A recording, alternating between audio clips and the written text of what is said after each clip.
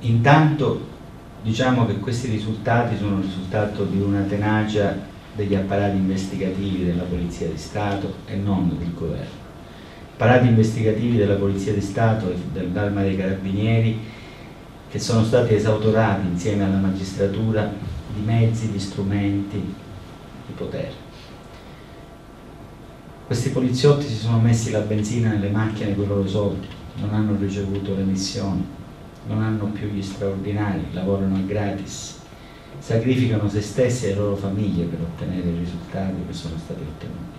Non è vero che il governo, che ha dato loro strumenti e possibilità e mezzi per arrivare a questi risultati.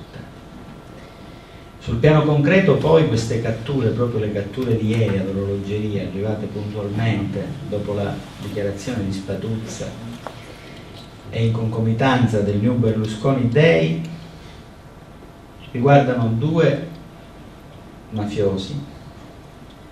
Il primo catturato a Palermo, che andava scappando perché c'era lo piccolo che lo voleva fare fuori, era ormai posato, quindi sostanzialmente questo si trovava vicino al Palazzo di Giustizia, a pochi metri del Palazzo di Giustizia, non si capisce se è stato catturato, forse si stava andando a costituire, nella speranza di evitare la cattura.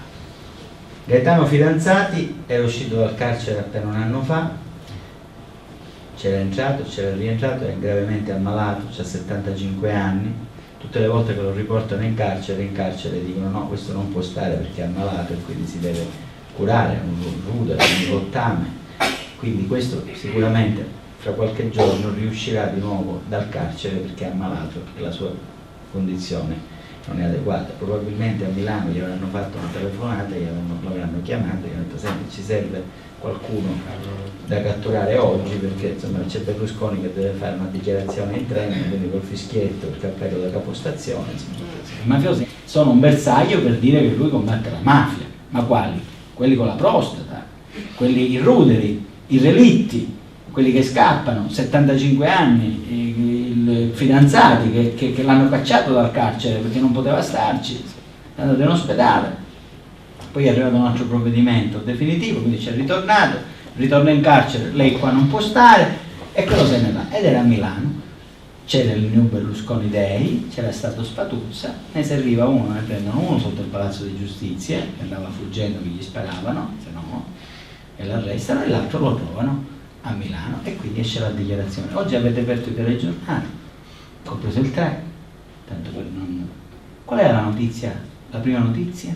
Il New Berlusconi Day, la manifestazione di Roma, le dichiarazioni di Spatuzza, le indagini sulle dichiarazioni di Spatuzza? No, era la cattura di quei due latitanti, con la sceneggiata dei poliziotti che cantavano davanti alla squadra mobile.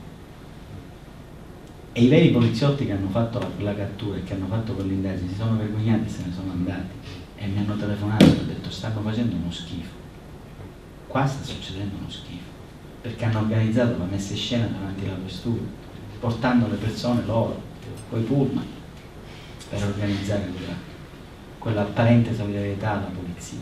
Ma vi rendete conto che cos'è l'Italia?